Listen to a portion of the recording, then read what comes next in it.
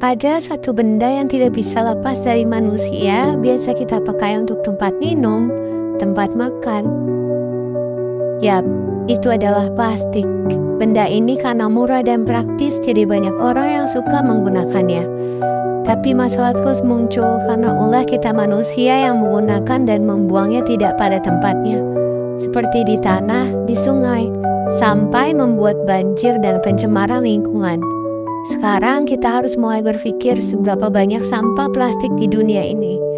Dan sebaya apakah mereka?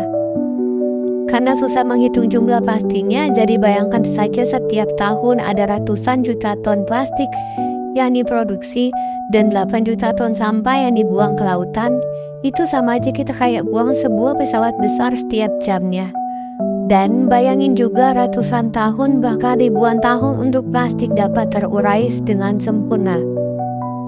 Artinya, kalau kita terus begini bahkan ada 12 triliun ton sampah plastik atau sama aja kayak berat bangunan Burj Khalifa sebesar 24.000 di tahun 2050 dari perkiraan jumlah itu bakal menutupi hampir seluruh lautan. Tentu setelah kita membayangkan hal itu, kita akan berpikir dunia tidak akan bertahan lama lagi.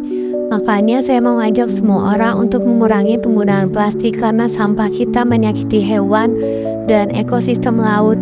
Bahkan dampaknya bisa terkena ke diri kita sendiri melalui mikroplastik yang akan nantinya dimakan oleh ikan.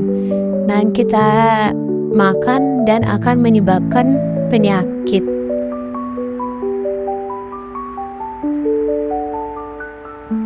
Oke, kita lanjut dari sampah plastik yang menjadi masalah besar dunia. Kita juga terlibat aktif karena faktanya Indonesia menyumbang sampah plastik terbesar kedua di dunia.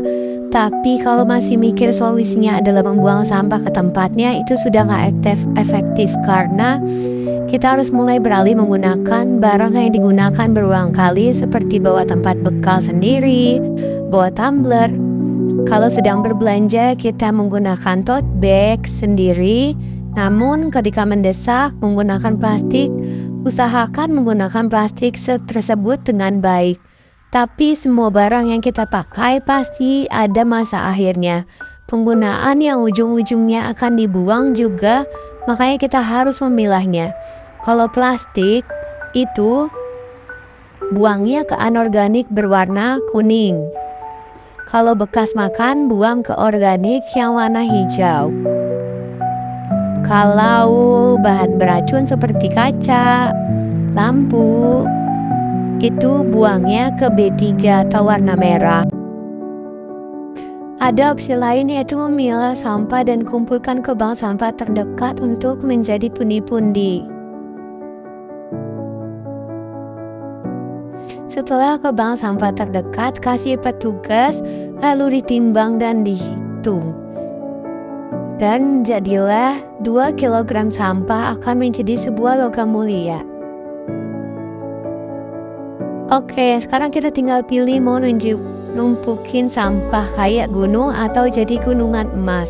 Padahal sampah yang berserakan di jalan bisa kita ambilin dan gak cuma bikin lingkungan bersih tapi juga bisa buat investasi. Jadi mulai kumpulkan sampah di sekitar kita.